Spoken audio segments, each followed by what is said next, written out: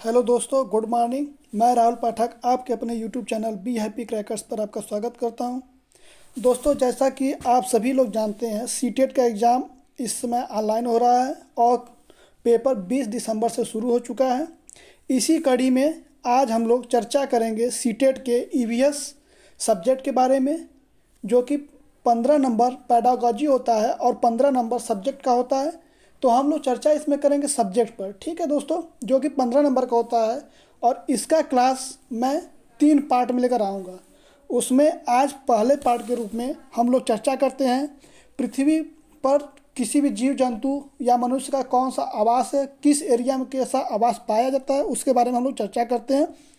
यदि दोस्तों वीडियो अच्छा लगे तो सब्सक्राइब करें, लाइक करें और अधिक से अधिक दोस्तों के साथ शेयर करें। तो चलिए शुरू करते हैं आज का वीडियो। सबसे पहले हम लोग आवाज़ पर चर्चा करते हैं पक्षी के। पक्षी में एक कोयल नाम की पक्षी होती है। इसकी सबसे बड़ी खासियत ये होती है कि यह अपना घोंसला कभी नहीं बनाती है, ठीक है दोस्तों। यह हमेशा अपना अंडा कौवे के घोंसले में देती है।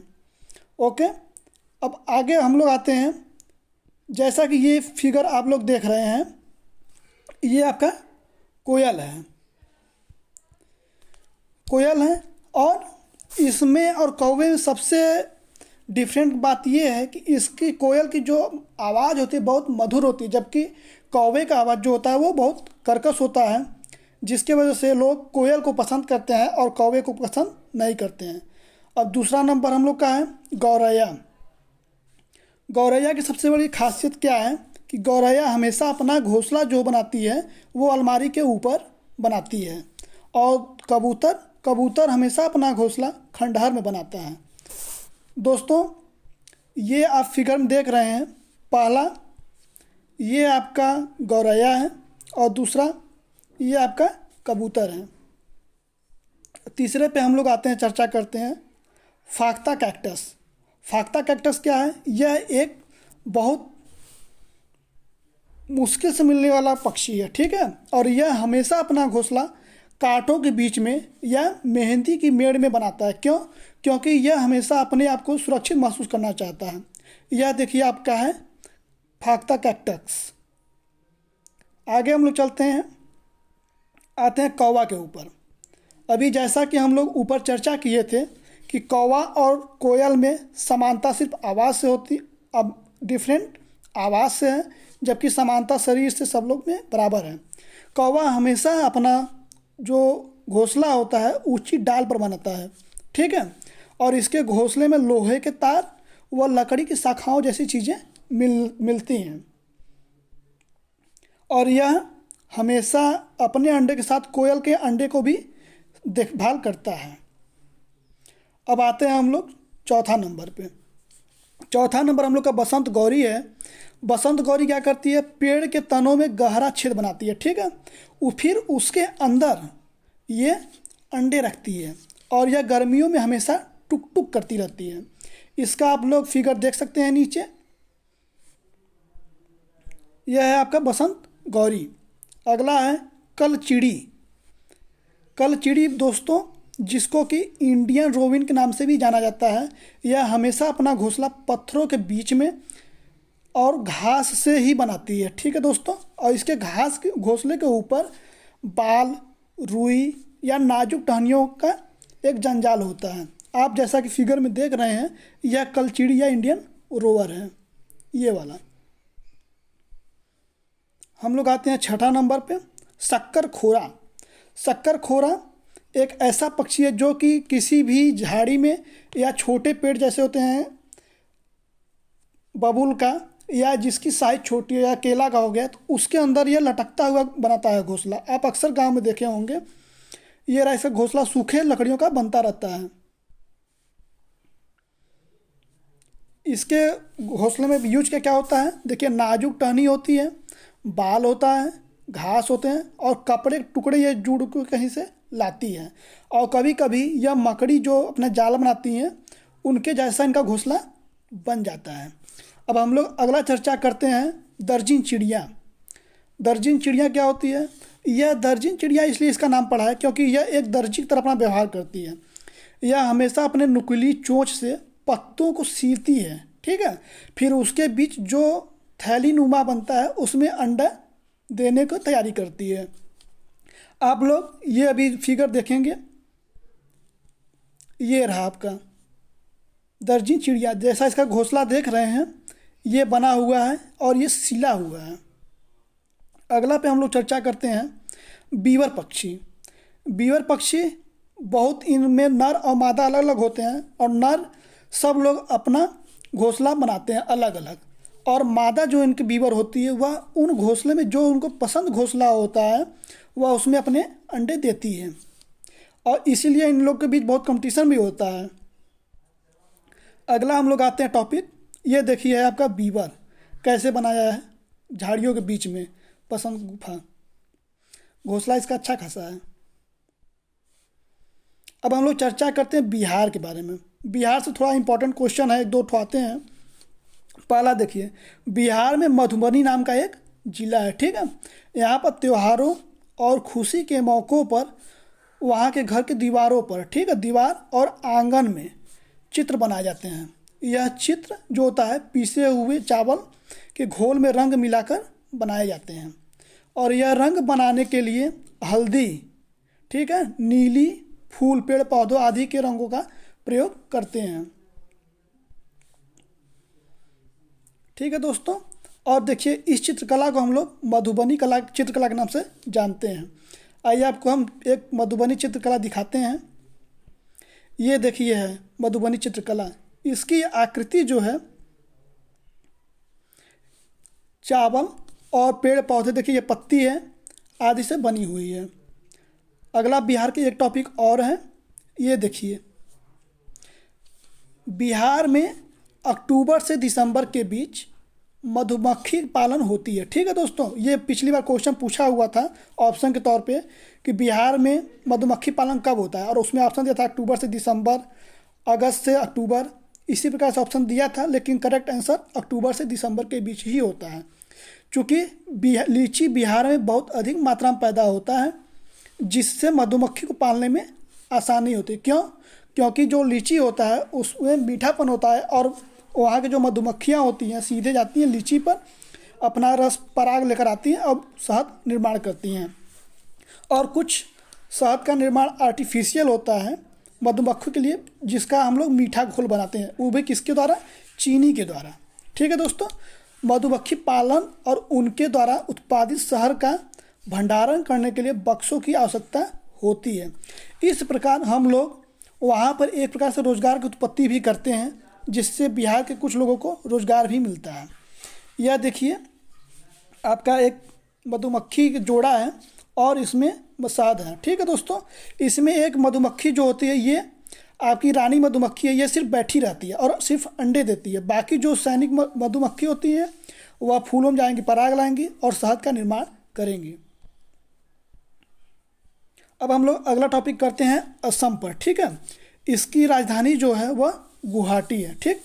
यहाँ पर बहुत अधिक बारिश होती है, क्योंकि यहाँ ऐसा इन्वायरमेंट है, और बारिश के चलते घर ज़मीन से 10 से 12 फीट ऊंचे बांस के स्तंभ खंभों पर बनाए जाते हैं। क्यों? क्योंकि वहाँ पर अक्सर जल भराव हो जाता है। कभी कभी जल भराव के कारण बच्चे रस्सी और बांस से बने पुल को पार करने के लिए स्कूल पहुँचते हैं, ठीक है। अब देखिए यहाँ पर जो बांस होता है, बांस को गरीबों का टिम्बर कहते हैं। ये चीज़ आप जरूर महत्वपूर्ण है कि वहाँ असम में बांस को क्या कहते हैं। ये देखिए आपका बांस का घर है वहाँ पे, ऐसे ही वहाँ पे बांस के घर बनाए जाते हैं, ठीक है। इससे क्या होता है, ब्रह्मपुत्र नदी जो है असम में बहती है, कभी कभी उसमें भी बाढ़ बहुत ज़्यादा आता है, तो इससे इन लोग का बार बार घर बनाने का झंझट तो रहता है, लेकिन डूबने का डर नहीं रहता है, ठीक है। नुकसान कम होता है वहाँ पर। अगला टॉपिक हम लोग आते हैं, यह है लेह लद्दाख, जो कि भारत का एक केंद्र शासित प्रदेश है। यहाँ के बारे में हम लोग जानकारी इकट्ठा करते हैं। लद्दाख में बहुत कम बारिश होती है, ठीक है। यहाँ घरों की निचली मंजिल पर खिड़की नहीं होती है, ठीक, और निचली मंजिल जानवरों के लिए होती है। देखिए लद्दाख में होता क्या है कि बारिश कम होता है, और ये ठंडा रायगढ़ मरुस्थल के नाम से भी जाना जाता है, ठीक है, क्योंकि यहाँ पर ठंडी बहुत ज़्यादा पड़ता है। और यहाँ पे जो निर्माण होता है घर का 2 तल में होता है। एक तल होता है निचला, एक होता है ऊपर वाला हिस्सा। तो निचले वाले हिस्से में हम लोग जानवर का यूज करते हैं और ऊपरी वाले हिस्से में हम लोग रहते हैं। और यहाँ की एक घर की एक खासियत होती है कि ये हमेशा समतल होता है, ठीक है। और छत बनाने के लिए पेड़ के मोटे तनों का प्रयोग करते हैं, ठीक। आगे हम लोग आते हैं अगले पे। ये रहा दूसरा टॉपिक। यहाँ के घर पत्थरों को काटकर एक के ऊपर एक रखकर बनाए जाते हैं, ठीक है। यानी जो उसका दीवार होता है उसको हम लोग पत्थर के द्वारा ही बनाते हैं। उस पर मिट्टी और चूने की पुताई की जाती है। और यह 5000 मीटर ऊंचाई पर एक सुनसान और पथरीली मैदान इलाका है जिसे चांगथांग कहते हैं, ठीक है। लद्दाख में एक स्थान है जिसकी ऊंचाई 5000 मीटर है समुद्र तल से, और उस स्थान को हम लोग चांगथांग कहते हैं। यहाँ पर चांगपा घुमंतू लोग रहते हैं, ठीक है। चांगपा क्या है? एक खास तरह की बकरियां पालते हैं जिनके बालों से दुनिया आपका मशहूर पश्मीना ऊन मिलती है, ठीक है, जिससे पश्मीना शाल बनती है। पश्मीना ऊन किससे मिलता है? पश्मीना बकरी से मिलती है। और ये जो शाल है इसकी सबसे बड़ी खासियत ये है कि ये 6 स्वेटर के बराबर गर्म होती है, ठीक है। ये देखिए आपका पश्मीना बकरी है। और आपको पश्मीना भी शाल भी हम दिखाते हैं। ये देखिए पश्मीना शाल, ये बहुत ही इफेक्टिव और अच्छा है कम इन्वायरमेंट के लिए। जहाँ पर ठंडी ज़्यादा होती है वहाँ पर इसका यूज बहुत ज़्यादा होता है। और देखिए जो ये घुमंतू लोग हैं अपना सामान हमेशा घोड़ा और याक पर लाद कर घूमते रहते हैं, ठीक है। इनके टेंट को हम लोग रेबो कहते हैं। रेबो के पास ही भेड़ बकरियों की जगह को लेखा कहते हैं। चूँकि ये लोग घुमंतू लोग हैं और ये अपने साथ हमेशा भेड़ को लेकर टहलते रहते हैं, तो इनका जो टेंट है उसको रेबो कहते हैं, याद रखिएगा। और अपने जस्ट बगल में ही ये लोग भेड़ बकरियों की भी जगह बनाते हैं, उसको लेखा कहते हैं। और पश्मीना शाल की एक खासियत और है कि इसको बनाने में आपको 2.5 घंटे लगते हैं, ठीक है दोस्तों।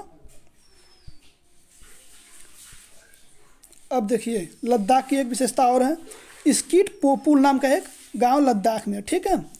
और लद्दाख में माँ को आमाले, ठीक है, और पिताजी को आवाले कहते हैं। वहाँ पे माँ बाप का नाम चेंज है, वहाँ पे माता और पिता नहीं कहते हैं। स्वागत को वहाँ पे जूले जूले बोलते हैं, ठीक है। अगर कोई आता है तो उसको कहते हैं जूले जूले, ना कि आपका स्वागत है। और यहाँ पर नदी पार करने के लिए नदी के दोनों तरफ लोहे की रस्सी पत्थरों व पेड़ों से कसकर बांध दी जाती है, ठीक है, जिसमें ट्राली लगी होती है जो पुल के माध्यम से सरकती रहती है। अर्थात देखिए जब कोई नदी होता है तो एक छोर पर कोई पेड़ में उसमें रस्सी बांधते हैं और दूसरे छोर में एक रस्सी बांध देते हैं, ठीक है, और उसमें एक टाली बांधते हैं। जैसे रोपवे होता है उसी तरह ये लोग उस पुल को पार करते हैं। अगला हम लोग आते हैं हाथी पर। हाथी जो कि बहुत विशालकाय जानवर है। अब देखिए इसमें होता क्या है, हाथियों के झुंड में केवल एक हाथिनी और बच्चे रहते हैं, ठीक है। कोई भी अगर झुंड होगा तो उसमें सिर्फ एक हाथिनी रहेगी और बाकी बच्चे रहेंगे। झुंड का नेतृत्व बुजुर्ग हाथिनी करती है। उसमें जो बुजुर्ग हाथिनी होगी वह उसका नेतृत्व करेगी।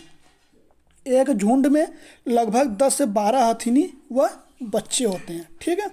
हाथी सिर्फ 14 से 15 वर्ष तक ही झुंड में रहते हैं, फिर अकेले रहने लगते हैं। और देखिए हाथी दिन में 2 से 4 घंटे ही सोता है, बाकी समय वह जागता रहता है। आगे एक बड़ा हाथी जो होता है एक दिन में लगभग 100 किलोग्राम से ज़्यादा पत्ती व झाड़ियाँ खा लेता है। 3 माह के हाथी का वजन 200 किलोग्राम होता है। यह टॉपिक मैं इसलिए बता रहा हूँ क्योंकि इसमें पिछली बार एक क्वेश्चन पूछा था और ये प्रीवियस में अगर देखेंगे तो करीब हर दूसरे साल ये इसका क्वेश्चन आता है। ये देखिए हाथी का झुंड है, ठीक है। अगला हम लोग आते हैं बाघ के ऊपर। बाघ तो आप लोग जानते होंगे भारत का राष्ट्रीय पशु भी है। अब देखिए इसकी खासियत क्या है। बाघ जो है मनुष्य से 6 गुना बेहतर दिखता है, ठीक है। बाघ की मूछें हवा में कंपन करते को भाप लेती है, ठीक, जो उसे उसके शिकार करने में मदद करती हैं। इससे उसे अंधेरे में रास्ता ढूंढने में भी मदद मिलती है, ठीक है। बाघ का मौका अनुसार अपनी आवाज़ बदल सकता है, जैसे कभी गुर्राता है, कभी बिल्लियों की तरह भी अपना आवाज़ निकालता है। ये चीज़ ध्यान रखिए, आप लोग जानते रहिए। इसका जो गुर्राना होता है करीब 3 किमी तक सुना जा सकता है। ठीक है, जब बाघ कभी लड़ते हैं, गुर्राते हैं, तो 3 किमी तक सुनाई आवाज़ देती है इसकी। बाघ के दोनों कान बाहर की आवाज़ इकट्ठा करने के लिए अलग अलग दिशाओं में बहुत ज़्यादा घूम भी जाते हैं। ठीक है दोस्तों, जैसे इसका जो कान होता है वह 360 डिग्री पर चारों तरफ घूमता है, लेकिन शरीर से टच में रहते हुए। उत्तराखंड का जिम नेशनल कॉर्बेट पार्क और राजस्थान के भरतपुर में घना जंगलों में जानवरों का शिकार मना है। ठीक है, अब इससे जानकारी क्या मिलती है कि जिम नेशनल पार्क उत्तराखंड में है और भरतपुर में घना जंगल है। ठीक है, आगे हम लोग चर्चा करते हैं अगले टॉपिक पर। यह देखिए बाघ है, इसकी ये देखिए मूंछ है, ठीक है, और ये कान हमेशा खड़ा रहता है क्योंकि इनको शिकार के लिए ज़रूरत पड़ती है। अगला टॉपिक हम लोग आते हैं सर्प पे। ठीक है, सपेरों की एक जाति को कालबेलिया कहते हैं। जो सपेरा होते हैं, सपेरे जो सांपों को पालते हैं, नाग रूप में ऐसी डिजाइन रंगोली, कढ़ाई और दीवारों पर सजाने के लिए सौराष्ट्र, गुजरात, दक्षिण भारत में प्रयोग किए जाते हैं। ठीक है,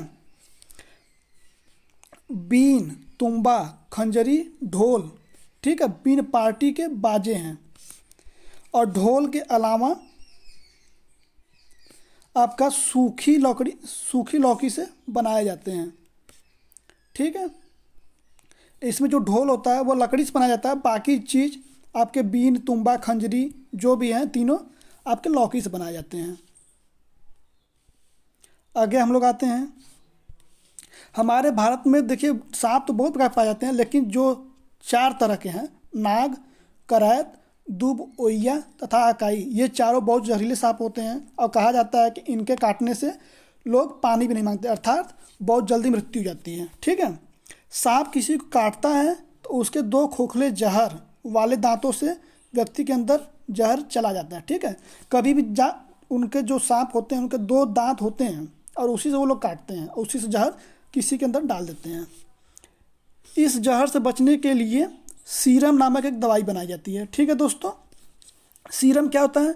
सीरम सांप के जहर से ही बनाया जाता है। जैसे कहा जाता है कि लोहा लोहे को काटता है, उसी का यदि किसी सांप काटे तो सांप का जहर ही काम आता है। ठीक है, और कभी भी सांप जो होता है अपना शिकार चबाकर नहीं खाता है, ठीक है, बल्कि उसे पूरा निगल जाता है। इसीलिए सांप को अंडे बहुत ज़्यादा पसंद होते हैं। ये देखिए आपका करैत है और ये आपका नाग। अगला हम लोग चर्चा करते हैं निपेंथिस पर। निपेंथिस यह ऑस्ट्रेलिया, इंडोनेशिया और भारत के मेघालय में, ठीक है, पाया जाता है। यह पौधा कीड़े मकोड़े और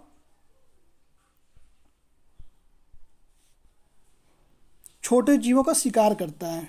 ठीक है, इसका आकार लंबे घड़े जैसा होता है, जैसे सुराही होता है उसी टाइप का होता है ये, जिसके ऊपर पत्ती का ढक्कन लगा होता है। ठीक है, घड़े से खुशबू निकलती है जिसकी वजह से कीड़े मकोड़े अंदर फंस जाते हैं। होता क्या है, जब कोई जगह से अच्छी खासी खुशबू आती है तो लोग वहाँ पे आकर्षित ज़्यादा होते हैं। ठीक है, इसी प्रकार घड़े जब खुशबू आती है तो जो कीड़े मकोड़े या छोटे जीव होते हैं वो आकर्षित होते हैं और इनके जाल में फंस जाते हैं, जो कि इनका भोजन बन जाते हैं। यह देखिए आपका निपेंथिस, एकदम ये घड़े मॉडल है और ये इसका ढक्कन है जो कि शिकारी जाते ही यहाँ पे बंद हो जाता है। इससे वहाँ पे ऑक्सीजन नहीं मिलता, वो मर जाते हैं। अगला टॉपिक हम चर्चा करते हैं रेगिस्तान ओक के बारे में। रेगिस्तान ओक जो है यह एक पौधा होता है और यह पाया गया था ऑस्ट्रेलिया में। ठीक है दोस्तों, और इसकी जो लंबाई होती है बहुत ज़्यादा होती है। क्यों? क्योंकि इसकी जड़ें भी लंबी होती हैं और इसकी जड़ें तब रुकती हैं जब ज़मीन में इनको पानी मिल जाता है। ठीक है, अगर ये पानी नहीं मिलेगा तो जब तक पानी नहीं मिलेगा तब तक इनकी जड़ें जाती रहेंगी अंदर। यह पानी पेड़ के तनों में जमा होता है और जो पानी होता है वो पेड़ के तने में हो जाता है। कभी कभी उस इलाके में जब पानी ना मिले तो वहाँ के लोग तने के अंदर पतला पाइप डालकर पानी निकाल लेते हैं। जैसे हम लोग के यहाँ पाइप होता है तो उसमें क्या होता है, पानी हमेशा भरा रहे और उसमें आप जाएँ थोड़ा सा कहीं से बिल कर पानी पी लें। ठीक है, उसी प्रकार से ये रेगिस्तानी ओक होते हैं। ये देखिए आपका रेगिस्तानी ओक पौधा है, एक कितना विशाल पौधा है। अगला हम लोग आते हैं बरगद पर। बरगद जो कि भारत में एक पूजनीय भी माना जाता है, इसका वट पूजा भी बहुत फेमस है बिहार में। अब देखिए बरगद के पेड़ की लटकन इसकी जड़ें होती हैं। ठीक है दोस्तों, एक चीज़ आप ध्यान रखिएगा, बरगद ही एक ऐसा पेड़ है जिसका जड़ जो है वो पेड़ ज़मीन से बाहर होता है और यह बढ़ते बढ़ते ज़मीन के अंदर चली जाती हैं। ठीक है, जो शाखाएं होती हैं उसकी धीरे धीरे जाती हैं। लोग सोचते हैं तना, कि वो जड़ होता है असल में, और यह पेड़ को सहारा प्रदान करती हैं और सबसे अधिक ऑक्सीजन भी हम लोग बरगद से ही प्राप्त करते हैं। आगे हम लोग चर्चा करते हैं। ये देखिए बरगद का पेड़ है आपका, कितना घना है। ये जो है आपका, ये आपका जड़ है और बाकी ये पत्ती है और ये तना है। अब आते हैं हम लोग एक शहर है, देश आबू धाबी। आबू धाबी जो है यह रेगिस्तानी इलाके में स्थित है। ठीक है, यह घाटी देश ओपेक है में स्थित है और यहाँ का भाषा जो है अरबी है। यहाँ पानी की बहुत कीमती है। ठीक, क्योंकि यहाँ ना तो वर्षा होती है और ना ही कोई नदी झील तालाब है। ये आबू धाबी की सबसे बड़ी खासियत है कि यहाँ पर कोई भी नदी या झील नहीं है इस क्षेत्र में। यहाँ रेतीली ज़मीन के नीचे तेल होता है। यहाँ अक्सर तेल के कुएँ पाए जाएंगे आपके पास हर जगह, और वहाँ पर तेल ही पाया जाता है। यहाँ सिर्फ खजूर के पेड़ ही दिखाई पड़ते हैं, क्योंकि खजूर एक ऐसा पौधा है जो यहाँ पर उग सकता है, क्योंकि उसको पानी की कमी होती है। ठीक है दोस्तों, आबू धाबी में रुपए को दिरहम बोलते हैं, ये आप चीज़ जानते रहिएगा। अगर आप लोग को वीडियो पसंद आई हो तो लाइक करिएगा, शेयर करिएगा और अधिक से अधिक विद्यार्थियों तक पहुंचाइए, जिससे कि वो लोग सीटेट में अच्छे से अच्छे नंबर प्राप्त कर सकें। धन्यवाद।